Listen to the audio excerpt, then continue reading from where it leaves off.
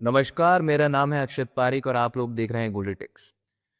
देश में एक मुद्दा लगातार गरमाया हुआ है एसआईआर। एसआईआर के विरोध में लगातार विपक्ष सरकार को घेरते हुए दिखाई दे रहा है। आज बात उस राज्य की जहां पर लगातार एसआईआर का पुरजोर विरोध किया जा रहा है। जी, हम बात कर रहे हैं पश्चिम बंगाल की। पश्चिम बंगाल में देखा जा रहा है कि एसआईआर का पुरजोर विरोध करती दिखाई दे रही है टीएमसी की जो मुखिया है और जो राज्य की मुख्यमंत्री हैं ममता बनर्जी। बात करें ममता बनर्जी की तो हाल ही में वो एसआईआर का विरोध कर रही थी, पर शायद अब एसआईआर को देखकर उनके सुर बदले हैं और जो वक्फ एक्ट 2025 है जिस पे वो लगातार असहमति जता रही थी, विरोध कर रही थी, हाल ही में उसे लागू करने के आदेश दिए हैं।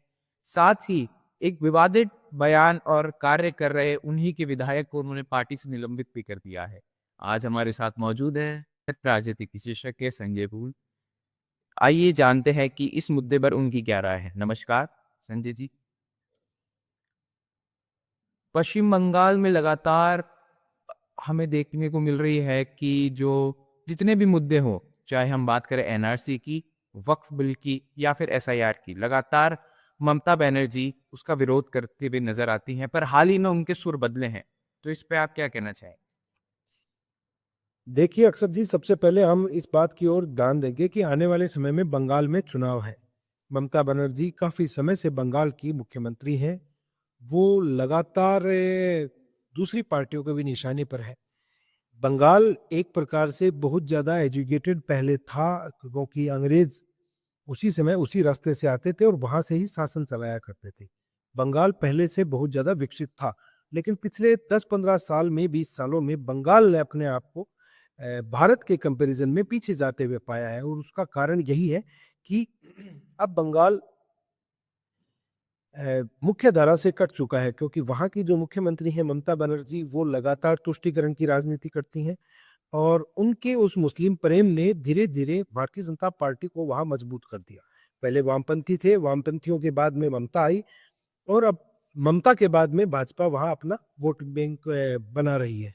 तो अब जैसे आज या कल के ये जो मुद्दे आए हैं जिसके बाद में देखने को मिल रहा है, तो इससे साफ प्रतीत होता है कि ममता बनर्जी अभी बैकफुट पर है। उन्हें मालूम है कि जो हिंदू समुदाय भी उनके लिए, क्योंकि अच्छी खासी बहुतायत में वोट करता है, और एसआईआर के दौरान जो उनके वोट कटेंगे, तो उनके जितने भी जो लोग हैं, मैं ये डायरेक्टली कहना चाहूंगा कि जितने भी जो लोग अप्रवासी हैं, या यूं कहें बांग्लादेशी या रोहिंग्या जो बंगाल में बस गए हैं पिछले इन 15 सालों में, उन बांग्लादेशियों को या उनको वोटर लिस्ट से काट दिया जाएगा। अब उनका नाम अगर एसआईआर में आएगा, तो उनका जो बैकग्राउंड चेकअप होगा उससे साफ मालूम हो जाएगा कि ये लोग बाहर के हैं, और इस वजह से उनका नाम काट दिया जाएगा। तो जो कोर वोट बैंक है वो अगर कम हो जाता है, तो ममता बनर्जी के पास सिवाय ये अप्रोच अपनाने की कि वो हिंदू समुदाय की तरफ अपना झुकाव ज्यादा कर ले, इसके अलावा कोई रास्ता नहीं बचता है। और यही ये कारण है कि आज उन्होंने, पहले उन्होंने वक्फ एक्ट को मंजूरी दी, और आज उन्होंने अपने विधायक को पार्टी से निष्कासित कर दिया। तो बात करें अभी जिन विधायक की मैं बात कर रहा था, हुमायूं कबीर जो देवरा से एमएलए हैं, उन्होंने ये बात कही थी कि वो बाबरी मस्जिद बनाना चाह रहे हैं अपने विधानसभा क्षेत्र में, और कह रहे थे कि काफी हिंसक बयान उनके थे कि हम राम मंदिर तोड़ देंगे और हम ये बाबरी मस्जिद लाकर वापस से हमारे सब जो लोग हैं उनमें एक खुशी का माहौल है, और इसको मैं बनाऊंगा ही चाहे कुछ भी हो जाए, भले ही मुझे पार्टी से निष्कासित कर दिया जाए, मैं खुद इंडिविजुअली चुनाव लड़ूंगा, पर ये मस्जिद बन के रही। इस पे आपके क्या विचार? देखिए, ये अब इसके ऊपर मैं भी लगातार सोच रहा हूँ कि ये किस प्रकार का खेल ममता बनर्जी खेल रही हैं, क्योंकि उन विधायक के चेहरे पर एक शिकन तक नहीं आई जब उन्होंने ये बयान दिया और पार्टी ने उन्हें निकाल दिया। क्योंकि टीएमसी पार्टी आमतौर पर ऐसा करती नहीं है। तृणमूल कांग्रेस का शुरुआत से रुझान जो है वो मुसलमानों की तरफ बराबर का रहा है। वो इनको एक वोट बैंक के तौर पर ही नहीं, इनके लिए भी काम करती है टीएमसी। और अगर वो इस प्रकार के बयान देते हैं, अगर आपने पिछले दिनों देखा हो, एक लड़की है यूट्यूबर शर्मिष्ठा, उसने एक वीडियो बनाया था जिसके चक्कर में कलकत्ता पुलिस उसे पकड़ने के लिए दिल्ली आया धमकी थी, और वहां से उसे गिरफ्तार करके ले गई थी। तो आप स्वयं सोचिए कि अगर एक दो सीन अगर कोई बात हो जाती है तो कलकत्ता पुलिस इतनी एक्टिव होती है। लेकिन एक विधायक इस प्रकार का बयान देता है और उसके बाद टीएमसी उसे निष्कासित करती है, तो ये इस ओर इंगित करता है कि कहीं न कहीं कुछ न कुछ दाल में काला है या कुछ बड़ा पक रहा है ममता बनर्जी के मन में कि वो अब मुसलमानों को अपने से दूर करने की कोशिश कर रही हैं और हिंदुओं को मुझे तो ऐसा लगता है कि उन्होंने शायद पहले ही विधायक को कह दिया होगा कि आप ऐसा बयान दें, ताकि हिंदू मुसलमान में जो दरार है वो और बढ़े और बढ़ने के बाद में वो अगर उस पर कार्रवाई करते हैं तो हिंदू समाज उनकी तरफ ज़्यादा आए और भाजपा की तरफ न जाए। और ये उनकी एक टैक्टिक हो सकती है क्योंकि आने वाले समय में उन्होंने ऐसा आश्वासन दिया होगा कि आपको वापस ले लिया जाएगा एक बार चुनाव जीत लिया जाए। तो चुनाव जीतने के लिए ममता बनर्जी किसी भी हद तक जा सकती हैं, वो व्हील चेयर पर भी बैठ गई थी, आपको पता होगा। तो ये ज़रूर ये कुछ अजीब-सा लग रहा है कि ऐसा क्यों कर रही हैं ममता बनर्जी? आने वाले समय में दिखाई देगा कि क्या इसके परिणाम होंगे। लगातार जो बातें कही जा रही है ममता बनर्जी द्वारा, आज भी उन्होंने कहा कि ऐसी विचारधारा वाले विधायक को हम पार्टी में नहीं रखेंगे। एक तरफ वो ये कह रही हैं, एक तरफ वो कह रही है, मतलब वक्फ बोर्ड जब आया था उन्होंने कहा था कि ये मुस्लिमों का ये अपमान की बात है, उनका जो राइट्स हैं वो छीने जा रहे हैं। और उसको लेके मुर्शिदाबाद में काफ़ी हिंसा भी हुई, जो बांग्लादेश से सटा बॉर्डर शेयर करता है, वहाँ पे मुस्लिम आबादी बहुत ज़्यादा है। वहाँ पे लगातार ये खबरें आई कि हिंदू मकानों को जलाया गया, दुकानें लूट ली गई और काफ़ी प्रताड़ना की खबरें वहाँ से आई। तो ये जो दोहरी मानसिकता दिखा रही है, जो दोहरा रवैया दिखा रही है ममता बनर्जी, इससे पे आप क्या कहना चाहेंगी? इस पे क्या विचार है?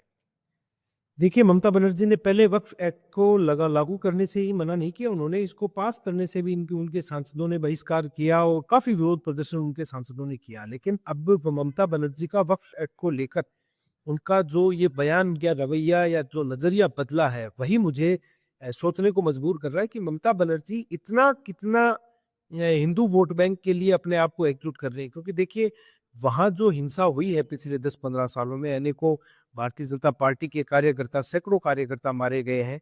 टीएमसी के भी कुछ कार्यकर्ताओं की मृत्यु हुई है, कुछ नेताओं की मृत्यु हुई है, दोनों पार्टियों के। और वहाँ हिंसा एक बड़ा रूप ले चुकी है और वहाँ जो अवैध घुसपैठिए रह रहे हैं, वो आम तौर पर वोटर बन चुके थे वहाँ के। अब अगर उनको निकाल दिया जाएगा तो जो संख्या है या जो बहुसंख्यक है वहाँ हिंदू समुदाय वापस बहुसंख्यक हो पाएगा और वो वहाँ की राजनीति की दिशा तय करेगा। और इसीलिए मुझे लगता है कि हिंदुओं को खुश करने के लिए या अपने आप को प्रो हिंदू दिखाने के लिए, हिंदुत्ववादी एजेंडे की तरफ दिखाने के लिए, ताकि बीजेपी इनसे बैकफुट पर रहे या बीजेपी के पास पहले फ्रंट फुट पर खेलने के लिए कुछ भी नहीं बचे। क्योंकि ममता बनर्जी ये बात बखूबी समझती हैं कि पश्चिम बंगाल में बीजेपी मुसलमान वोट नहीं चाहती। बीजेपी महज हिंदू वोटों की गणित पर वहाँ बैठी है और जैसे अगर आपने 1-2 दिन में सुना हो, मथुआ समुदाय के जो वोट हैं, जो बांग्लादेश उधर से आके बसे हुए हैं, उनके ऊपर भी लगातार तीनों पार्टियाँ कोशिश कर रही हैं। लेकिन ये जो भाजपा को रोकने का जो ममता बनर्जी का प्लान मुझे लग रहा है ये कि ममता बनर्जी भारतीय जनता पार्टी को उस मुद्दे का एडवांटेज नहीं लेने देना चाहती। वो चाहे आप वक्फ एक्ट की बात हो या आप ये विधायक को निलंबित करने की बात हो, निष्कासित करने की बात हो या और भी जो कई अन्य मुद्दे हैं जो हिंदू समाज को, जैसे दुर्गा पंडालों के अंदर इन लोगों ने जो गड़बड़ियाँ करी या मुर्शिदाबाद हिंसा की अगर अपन बात करें, एसआईआर प्रक्रिया की बातचीत करें, तो हिंदू समाज को लेकर अब ममता बनर्जी अपने आप को मुखर रख रही है ताकि बीजेपी को वहां से स्टार्ट करने की वो छूट नहीं देना चाहती और बीजेपी को स्टार्ट करने के लिए ममता बनर्जी के बराबर में लेवल प्लेइंग फील्ड वो वहां तैयार कर रही है। जैसे हमें पता है बंगाल, जब भारत आज़ाद हुआ था तो बंगाल का बंटवारा धर्म के आधार पर ही हुआ था। बांग्लादेश में जो बंगाली मुसलमान थे वो रहे थे और इधर बंगाली हिंदू आए थे। आज भी देखा जाता है कि बंगाल के अंदर एक भारी संख्या में मुस्लिम कम्युनिटी रहती है। पिछले विधानसभा चुनाव में बीजेपी ने पुरजोर कोशिश करी, अपनी पूरी ताकत लगा दी। अमित शाह जी ने खूब रैलियां करी, राजनाथ सिंह जी ने करी, राष्ट्रीय अध्यक्ष जेपी नड्डा जी ने बहुत सी रैलियां करी, प्रधानमंत्री मोदी जी भी फील्ड में उतरे। उसके बावजूद भी 223 सीटें टीएमसी लेकर आई और जिसे कह सकते हैं पूर्ण बहुमत एक तरफा जीत के साथ उन्होंने वहां पे सरकार बनाई। हालांकि उन्होंने अपनी सीट नंदीग्राम से गंवा दी। तो इससे क्या आपको लगता है कि टीएमसी तो मजबूत है पर ममता बनर्जी की जो छवि है वो कहीं ना कहीं कमजोर होती जा रही है क्या? देखिए, मैं आपको एग्जाम्पल देता हूँ राजस्थान का। राजस्थान में 200 विधानसभा सीटें हैं। 2013 के विधानसभा चुनाव में वसुंधरा राजे राजस्थान के अंदर दोबारा सरकार बनाने में कामयाब रही और उस समय वो 161 सीटें लेकर आई। कांग्रेस पार्टी महज 21 सीटों पर राजस्थान में सिमट गई थी। 21 सीटें मतलब आप जिले ज्यादा थे और सीटें कम थी, आप ये मानकर चलिए। लेकिन इसके बाद महज 5 साल के बाद में ही सिनेरियो बदलता और भाजपा 70 सीटों पर आ जाती है 163 से, यानी कि लगभग 100% से भी ज्यादा सीटों का नुकसान करवाती है। वहीं कांग्रेस पार्टी 21 से 99 पर पहुंच जाती है। ये राजस्थान का मैंने आपको एग्जाम्पल दिया। तो बंगाल में ऐसा कुछ नहीं है कि भाई बंगाल में एक बार ममता बनर्जी अगर 223 सीटें जीत जाती हैं, अगर आप हाल ही में, और वो आने वाले समय के अंदर हारेंगे नहीं। आप हाल ही में बिहार चुनाव का एग्जाम्पल देखिए। बिहार चुनाव में पिछली बार जो गठबंधन था कांग्रेस पार्टी का और आरजेडी का, ये 110 के आसपास सीटें ले गए थे और नीतीश कुमार बड़ी मुश्किल से अपनी सरकार बना पाए थे। भाजपा और नीतीश कुमार ने मिलकर अपनी सरकार बनाई थी। इस बार लेकिन इस बार आरजेडी और कांग्रेस बिल्कुल ही फिसंटी साबित हुए। वो 25 सीटों पर आरजेडी आ गई, 6 सीटों पर ये आ गए।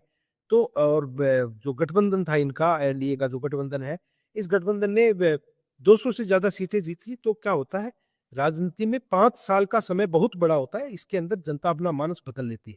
अब बात करें ममता बनर्जी को हराना, बिल्कुल मैं मानता हूँ इतना आसान नहीं है। आपको धरातल पर मेहनत करनी पड़ती है, आपको वोटर को तो बिल्कुल विश्वास दिलाना पड़ता है। बंगाल के अंदर जो, जैसे आपने कहा कि हिंदू और मुसलमान के तौर पर ऐसे ही बंटवारा हुआ था देश का, लेकिन मुसलमान देश के तौर पर बंटवारा हुआ था। पूर्वी पाकिस्तान बनाया गया था बांग्लादेश को उस समय। और लेकिन भारत एक सेकुलर राष्ट्र था। यहाँ जो सेकुलर की परिभाषा दी गई थी कि यहाँ सभी धर्मों के लोग रहेंगे, इसीलिए यहाँ हिंदू भी रहे, यहाँ मुस्लिम, हिंदू तो हैं ही, यहाँ मुसलमान भी, काफी लोग जो पाकिस्तान नहीं जाना चाहते थे वो भी भारत में ही रहे। अब समस्या ये है कि जो लोग यहाँ रहे हो तो ठीक है, लेकिन इसके बाद बांग्लादेश से वापिस लोग इधर वापिस आए और उन्होंने जो कट्टरपंथी या एक्टिविटीज वहां चालू करी, या लोगों के साथ आप यूं कहे कि उनका रोजगार छीनना हो या उनके हक छीनना हो, उनके साथ हिंसा करना हो, इन सभी कारणों की वजह से वहां का हिंदू समुदाय अब त्रस्त आ गया है। और यही कारण है कि मैं मानता हूं कि ममता बनर्जी इस बार ये चुनाव हार सकते हैं आने वाले समय में, और इसीलिए वो अब लगातार प्रो हिंदुत्व की ओर अग्रसर हो रही है। और ममता बनर्जी साम दाम दंड भेद की राजनीति के लिए जानी जाती हैं। उनको कम आंकना सबसे बड़ी भूल होगी, और भाजपा मुझे नहीं लगता कि उनको कम आंकेगी। कांग्रेस पार्टी का वहां कोई बड़ा वजूद नहीं है। वामपंथियों के ऊपर भी सबकी नजर रहेगी कि वामपंथी कितना ज्यादा वोट काट पाते हैं, या ऐसा यूं कहें ममता बनर्जी के अगेंस्ट में वहां असदुद्दीन ओवैसी कितना एग्रेसिवली प्रचार कर पाते हैं, क्योंकि ममता का जो कोर वोट बैंक है वो मुसलमान है। वहां के जो मुसलमान लोग हैं वो ममता को वोट करते हैं। अगर ओवैसी वहां अपनी प्रेजेंस बना पाते हैं तो वो ममता का एक बहुत बड़ा हिस्सा खा सकते हैं, और उसकी मदद से ये हो सकता है कि भाजपा जो अपना हिंदुत्व वोटर बैंक है उसके सहारे, पिछली बार जो 80 सीटों का इनका आंकड़ा रहा था, उससे ये आगे बढ़ सकते हैं और शायद इस बार सरकार बनाने में कामयाब हो सकते हैं। मतलब आप ये कह रहे हैं कि एआईएमआईएम किस तरीके से प्रदर्शन करेगी उसका सीधा असर दिखाई देगा बीजेपी की सरकार बनाने या नहीं बनने। या देखिए, 27% आबादी मुस्लिम है पश्चिम बंगाल की लगभग, और क्या नुकसान पहुंचाएगी वो बीजेपी को, क्योंकि एक नाराजगी देखी गई वक्फ एक्ट पर, एनआरसी पर, अभी एसआईआर पर। तो क्या ये जो मुद्दे हैं ये बीजेपी की छवि खराब कर रही है पश्चिम बंगाल में? देखिए, बीजेपी की छवि खराब कर रही है या नहीं कर रही, ये तो वहां की जनता तय करेगी आने वाले समय में। लेकिन ये जो मुद्दे होते हैं जिनको बनाया जाता है, देखिए कहीं भी किसी भी प्रकार का मुद्दा कोई शुरुआत से नहीं होता, उस मुद्दे को क्रिएट किया जाता है, तैयार किया जाता है। अब जैसे एसआईआर है, ये एक संवैधानिक प्रक्रिया है, चुनाव आयोग ये प्रक्रिया करवा रहा है, लेकिन इसके लिए केंद्र सरकार को घसीट लाना, ये मुद्दा बनाया गया है। एनआरसी की बात हो, नेशनल रजिस्टर ऑफ सिटीजन, हमारा भी हक है, हम भी चाहते हैं कि हमारे देश में सिर्फ हम रहें, बाहरी लोग नहीं रहें, क्योंकि वो हमारे हकों को खा रहे हैं, मार रहे हैं। आपने जैसे कहा कि क्या ये मुद्दे, मुसलमान अगर 27% है, वो एक तरफा भी ममता को वोट करता है, तो वहां जो बाकी हिंदू समुदाय बचता है, 27 के अलावा जो 73% जो समुदाय बचता है, अगर वो समुदाय एक तरफा कांग्रेस भाजपा को वोट कर देता है, तो ममता बनर्जी कहीं भी स्टैंड नहीं करती है। और आप ये मानकर चलिए, ममता बनर्जी इसीलिए स्ट्रोंग है कि ममता बनर्जी की काउंटिंग जो है वो 27% में से 20% से शुरू होती है। कि भाजपा जब उसके साथ compete करने आते हैं तो भाजपा को पहले 20% वोट बैंक तैयार करना होता है, उसके बाद वो ममता बनर्जी के बगल में जाकर खड़ी हो पाती है। तो ये तो भाजपा के लिए बड़ा सेटबैक है, लेकिन ये देखना होगा। जैसे यूपी में हमने देखा कि जो योगी आदित्यनाथ की योजनाएं थी उनसे प्रभावित होकर काफी मुस्लिम महिलाओं ने उनको वोट किया। योगी आदित्यनाथ को अब काफी मुस्लिम वोट करते हैं। इसके साथ ही अगर दूसरे, क्योंकि मुसलमान में जैसे शिया है, सुन्नी है, पसमंदा है, देवबंदी है, तो जो पसमंदा और देवबंदी मुसलमान है वो अब भाजपा की तरफ अपना रुख बनाए हुए हैं। आपने पिछले दिनों देखा होगा, अफगानिस्तान के विदेश मंत्री भारत आए थे, और वो भारत के अंदर देवबंदी जो समाज है उत्तर प्रदेश में, वहाँ देवबंदी की एक बड़ी मस्जिद है, दरगाह है, वहाँ जाकर आए थे वो। और वो वहाँ क्या संदेश देकर गए होंगे आपको भी मालूम होगा, क्योंकि वो प्रो इंडियन गवर्नमेंट है। और अगर वो देवबंदी समाज को, देवबंदियों को, देवबंदी मुसलमानों को भाजपा की तरफ ले जाने में कामयाब होते हैं, या देवबंदी जो भी फतवा जारी कर पाते हैं, तो उससे फायदा भाजपा को हो सकता है और ममता बनर्जी को उसका भारी नुकसान उठाना पड़ सकता मतलब आप कह रहे हैं बीजेपी एक तरीके से हिंदू की पार्टी की छवि के साथ अगर पश्चिम बंगाल में खुद को स्थापित कर पाया तो ही जीत पाएगी, क्योंकि है। आपने कहा बिल्कुल, जो हिंदू वोट है। हिंदू तो है ही, भाजपा शुरुआत से ही हिंदुत्ववादी एजेंडे पर चली है, राष्ट्रवादी एजेंडे पर चली है। वो तो उसका कोर है ही, वो उसकी कोर कॉम्पिटेंसी है उस पार्टी की। राष्ट्र का एजेंडा और हिंदू का एजेंडा एक कैसे हो सकता है?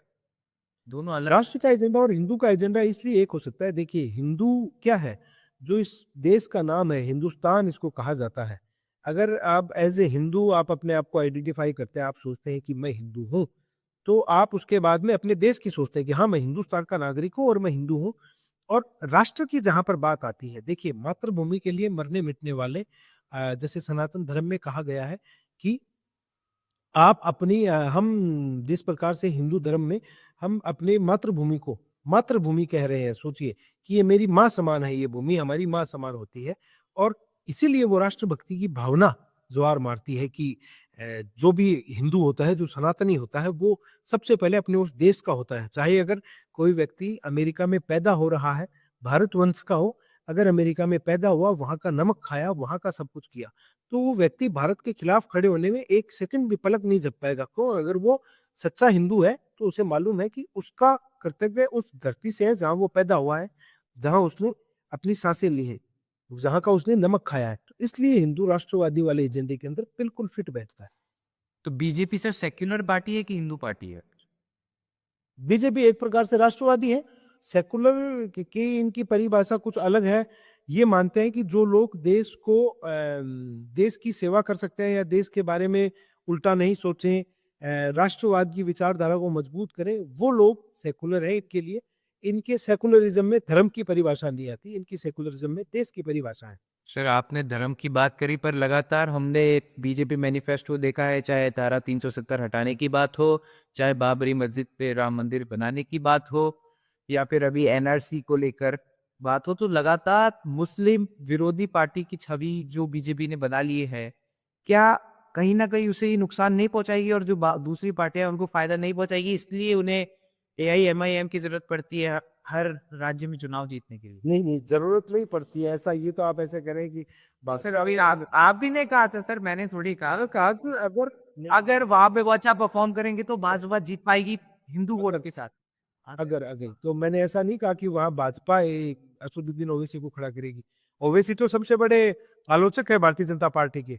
है सबसे ज्यादा अगर आलोचना कोई प्रधानमंत्री नरेंद्र मोदी की कोई मुस्लिम नेता करता है तो वो ओवैसी है। इसके अंदर कोई दो राय नहीं है। सर इस पे तो राहुल गांधी का बयान था कि बाहर तो दिखाते हैं हम दुश्मन है और साथ में बैठ के खाना खाते हैं, ये उन्होंने कहा था बात ऑफिस ये की। देखिए, राजनीति अपनी जगह होती है, राजनीति अपनी जगह होती है, और देश सेवा अपनी जगह होती है। आपने देखा होगा, ऑपरेशन सिंदूर के बाद में जो डेलीगेशन विश्व भर में गए, उसके अंदर भी ओवैसी शामिल थे। राहुल गांधी ने अपने कांग्रेसी सांसदों को वहां जाने से इनकार किया। इसके बावजूद मनीष तिवारी जैसे नेता, या आप कहें शशि थरूर जैसे नेता भी कई जगह जाकर आए, और लोगों के या दूसरे देशों के। तो राजनीति अपनी जगह है, राष्ट्र अपनी जगह है, ये देश रहना चाहिए। अटल बिहारी वाजपेयी का आपने वो फेमस भाषण सुना होगा कि सरकारें आएंगी जाएंगी, लेकिन ये देश रहना चाहिए, इस देश की जनता रहनी चाहिए, जो मूल भाव है वो रहना चाहिए। अब मैं आपकी इस बात पे अटल बिहारी वाजपेयी की बात करी तो उनका तो बयान ये भी था जब गुजरात में दंगे हुए थे कि जो राज्य का राजनेता है उसका धर्म होता है कि बिना किसी इंसान में भेदभाव करे, उसका धर्म होता है सबकी रक्षा करना। और बयान का हमें पता है कि हिंदू मुस्लिम राइट्स के ऊपर उनका बयान था। और उन्होंने ये कहा था कि कहीं न कहीं मोदी जी प्रो हिंदू हो गए उस समय। मैं वो हिंदू हो गए, ये मोदी जी के लिए फ़ायदे का सौदा हुआ, उसके बाद में 2014 में प्रधानमंत्री बने। और अगर उनको नुकसान होता तो वो गुजरात के इतने लंबे समय तक मुख्यमंत्री नहीं रह पाते। आपको मालूम होगा 2002 में दंगे हुए, 2014 तक मोदी जी वहाँ के प्रधानमंत्री रहे गुजरात के। नहीं सिर्फ अगर मोदी जी को तो फायदा हुआ, क्या देश को इससे नुकसान नहीं होगा कि किसी एक धर्म को अगर आप सिर्फ एक धर्म को अपना वोट बैंक बना लीजिए, ऑटोमेटिकली दूसरा धर्म आपके अगेंस्ट हो जाता है। नहीं, वोट मैंने आपको अभी थोड़ी देर पहले क्या कहा, भारतीय जनता पार्टी पसमानदा मुसलमानों को अपने साथ जोड़ रही है। क्या भाजपा ने जो भी राशन बाँटा है, जैसे अगर केंद्र सरकार की हम बात करें, केंद्र सरकार जब राशन बाँटती है, क्या वो आइडेंटिफ़ाई करती है कि मुसलमान को नहीं जाना चाहिए, हिंदू को जाना चाहिए? आप प्रधानमंत्री आवास योजना की बात करें, क्या वो आइडेंटिफ़ाई करती है कि मुसलमान को पीएम आवास योजना का लाभ नहीं मिलेगा?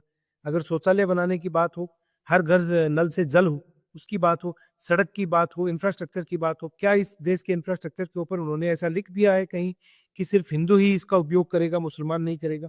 एजुकेशनल इंस्टीट्यूट्स को मजबूत कर रहे हैं। डीआरडीओ के अंदर, इसरो के अंदर आपको बड़े पदों के ऊपर मुसलमान मिलेंगे। अभी हाल ही में आपने एक बयान देखा होगा, एएसआई के जो चीफ है, वो मुसलमान है, केरला के मुसलमान है और वो लगातार कह रहे हैं कि हमें मंदिरों के संरक्षण का काम करना चाहिए। तो आप ये जो कांग्रेस ने जो प्रोपेगेंडा पिछले 60-70 सालों में देश में चलाया, जिस प्रकार की नफ़रत भरी, उस नफ़रत को पाटने का काम भारतीय जनता पार्टी कर रही है।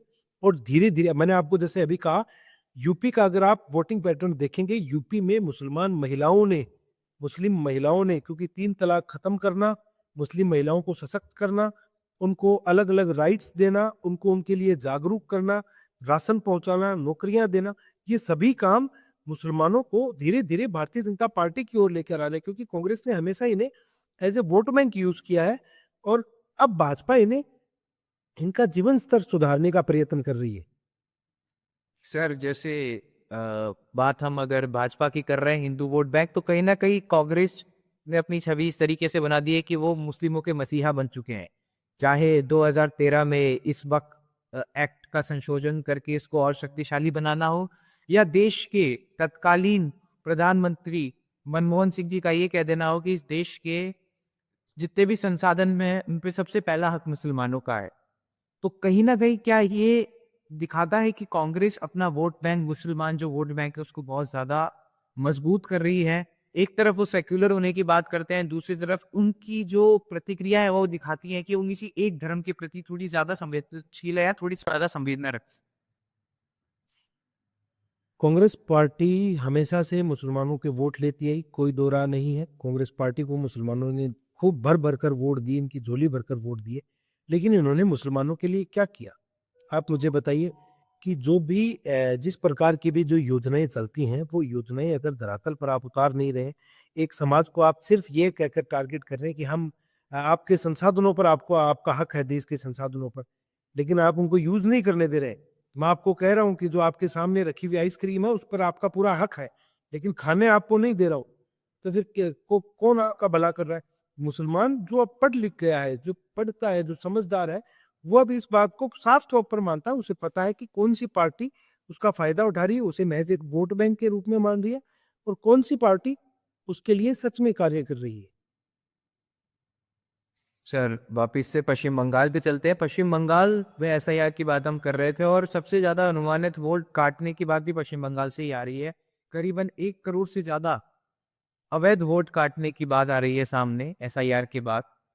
तो क्या लगता है सर कि ये जो वोट बैंक कटेंगे, क्या जो विपक्ष का आरोप है, मतलब डीएमसी जो लगातार आरोप लगा रही है कि ये सही में ही वो अवैध वोट हैं, या फिर जो जेन्युइन वोट हैं उन्हें भी काट के बीजेपी अपनी जीत एक तरीके से सुनिश्चित कर रही है। और इस चीज़ का हमें पता लगता है प्रधानमंत्री जी के भाषण से भी, जो उन्होंने बिहार में जीत के बाद दिया था कि गंगा बिहार से बहती बंगाल जाती है।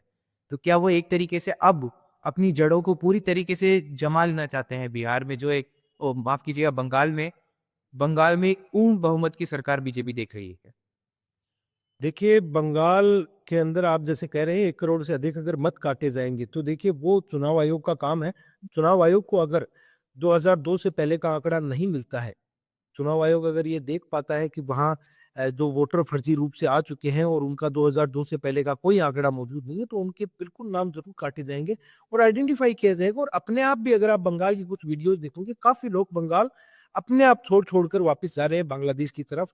अपने आप ही वो बॉर्डर क्रॉस कर रहे हैं, क्योंकि उन्हें लग रहा। और चूँकि विपक्ष अपनी बातों में उलझ गए, विपक्ष ने अ, एसआईआर को एक अघोषित एनआरसी के रूप में लोगों के बीच में प्रचारित कर दिया, जिसकी वजह से जो अवैध लोग हैं भारत में आ गए थे, आ घुस गए थे, वो सभी वापस जा रहे हैं।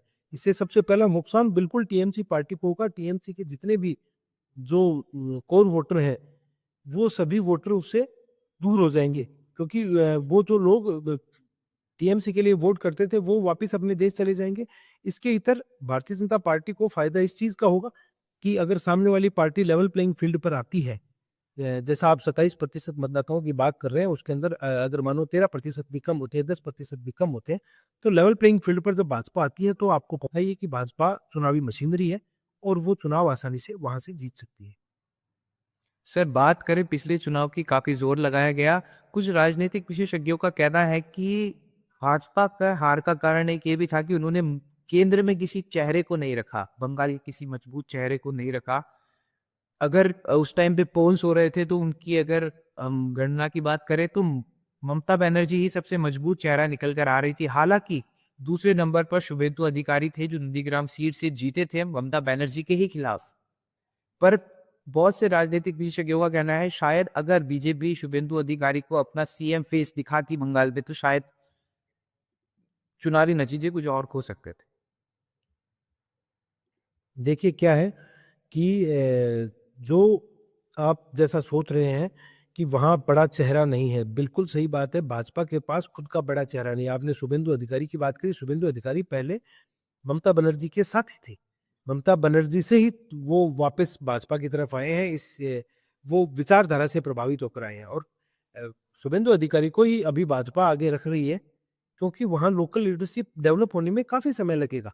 जैसे अगर आप आसाम की बात करें, हिमंता बिस्वा शर्मा को जब कांग्रेस भारतीय जनता पार्टी के अंदर वो आए थे, उसके बाद से उन्होंने लगातार पार्टी के लिए काम किया और 2021 में पार्टी ने उनको मुख्यमंत्री पद से नवाजा भी। तो ऐसा ही मामला शुभेंदु अधिकारी के पक्ष में दिखेगा, क्योंकि वो टीएमसी से हैं, तो वो टीएमसी की रणनीति समझते हैं, राजनीति समझते हैं। लोकल वोटर्स को वो as a Hindu Bharatiya Janata party की जो विचारधारा है, उस विचारधारा से जोड़ सकते हैं। और उसके बाद वो धरातल पर चूँकि वहाँ रहते हैं, तो फोर्थ फ्रंट पर इस बार मेरे हिसाब से भाजपा शुभेंदु अधिकारी को ही रखेगी। वही ममता बनर्जी को टक्कर दे सकते हैं। पिछली बार शुभेंदु अधिकारी महज़ नंदीग्राम सीट पर ही फ़ोकस कर रह गए थे। उन्हें विश्वास था कि बाकी बंगाल में भाजपा जीत जाएगी, लेकिन ऐसा हो नहीं पाया और ममता बनर्जी नंदीग्राम से हारी, लेकिन पूरे बंगाल में उनकी लहर चली। तो ममता बनर्जी चुनाव लड़ना बेहतर तरीके से जानती है। इस बार भाजपा उनका काउंटर अच्छे से कर पाएगी। सिर्फ आपको लगता है चुनावों के अंदर नारों का बहुत बड़ा योगदान होता है? जैसे खेला हो गया एक नारा था, क्या वो बंगाल में टीएमसी की जीत का कारण बना? जैसे मोदी है तो मुमकिन है, या हर हर मोदी घर घर मोदी, अब की बार मोदी सरकार ने देश में काम किया। देखिए, नारे हमेशा ही काम करते हैं। नारे, स्लोगन्स अगर आप देखें 1971 में आयरन लेडी के रूप में जब प्रचारित हुई थी इंदिरा गांधी, तो वो काफ़ी ज़्यादा पॉपुलर हुआ था वो नारा। अगर आप 2003 का देखें, शाइनिंग इंडिया का नारा देकर अटल बिहारी वाजपेयी मैदान में उतरे थे, लेकिन वो बिल्कुल फेल हो गए। ठीक है, अगर आप देखें 2014 के अंदर अब की बार मोदी सरकार का जो नारा लेकर भाजपा उतरी और कांग्रेस के जो करप्शंस के ऊपर अलग-अलग नारे बनाकर इन्होंने धरातल पर उतारे। नारे बड़ा काम करते हैं। बिल्कुल ममता बनर्जी ने जो खेला होबे का नाम लिया, और वो सबसे बड़ी एडवांटेज ममता बनर्जी के पास है कि वो स्वयं बंगाली हैं, तो वो वहाँ बांग्ला में भाषण देती हैं। तो आपको भी मालूम होगा कि अपनी भाषा में भाषण सुनकर एक वोटर प्रभावित होता है, उसे लगता है कि हाँ, हमारी जो कम्युनिकेशन गैप है वो बिल्कुल कम हो जाता है, और इसी वजह से ममता वहाँ अपने वोटर्स के साथ अच्छे तरीके से कनेक्ट कर पाती हैं अपने आप। तो बंगाल में फिलहाल बीजेपी को एक मशहूर चेहरे के साथ, एक मजबूत चेहरे के साथ, एक मजबूत क्या कहें स्लोगन की भी ज़रूरत है, तब जाके शायद सरकार बना पाएगी बीजेपी। बिल्कुल, बिल्कुल, भाजपा वहाँ पूरी तरीके से कोशिश करेगी। देखते हैं कि क्या होता है, वो तो देखो सब भविष्य के गर्भ में है। कौन जीतता है, कौन हारता है, कैसे चुनाव आता है। लेकिन अभी एसआईआर प्रक्रिया हो जाए और ये जो ममता बनर्जी जिस प्रकार से प्रो हिंदुत्व वाली छवि अपनी वापस बना रही है, ये कितना बड़ा सेटबैक होगा भाजपा के लिए, ये देखना दिलचस्पी है। लोग कह रहे हैं कि जिस प्रकार अरविंद केजरीवाल दिल्ली के बाद जब वो गुजरात गए, तो उन्होंने भी इसको मतलब ये पढ़ा देखा है हमने भारत की राजनीति में, खास करके 2014 के बाद से जब बीजेपी आई, तो जितने भी विपक्ष के नेता है एकदम से हिंदुत्ववादी बन गए। चाहे वो राहुल गांधी जी का अपना गोत्र बताना हो, मंदिरों में जाना हो। पहले अरविंद केजरीवाल खुद को नास्तिक कहते थे, बाद में वो भी मंदिर गए। अब ममता बनर्जी, तो क्या एक हिंदू फैक्टर हमेशा से भारत की राजनीति में जीत का रास्ता रहा है सियासतता के लिए? हिंदू देश में बहुसंख्यक है, 80% लोग हिंदू हैं। देश के अंदर जितने मतदाता हैं उसमें से 80% लोग हिंदू हैं। तो आप क्या मानेंगे कि अगर आप हिंदू के विरोध की बात करेंगे और आप सरकार में आ जाएगी, तो और आप सेकुलरिज्म की बात करेंगे, लेकिन आप सेकुलरिज्म का ढोल तो पीटेंगे, लेकिन लोगों का आप उससे मजाक उड़ाएंगे। तो ये सारी बातें हैं जो आगे चलकर नुकसान का कारण बनती हैं। और इसीलिए सभी पार्टियां आजकल प्रो हिंदुत्ववादी होती जा रही है, सभी नेता प्रो हिंदुत्ववादी होते जा रहे हैं। लेकिन हिंदुत्ववादी होने से काम नहीं चलता, बताने से काम नहीं चलता, आपको वैसा बनकर दिखाना पड़ता है। बहुत ही ज़्यादा शुक्रिया हमारे साथ जुड़े, और बहुत ही बढ़िया आज की ये बहस रही है। आशा करते हैं आगे भी ऐसी चलते रहेंगी, और जनता से भी मेरा बहुत-बहुत धन्यवाद हमारे साथ जुड़ने के लिए, हमें देखने के लिए। ऐसी और ज़्यादा खबरों के लिए, जानकारी के लिए बने रहिए हमारे साथ। मैं अक्षय पारिक, पॉलिटिक्स।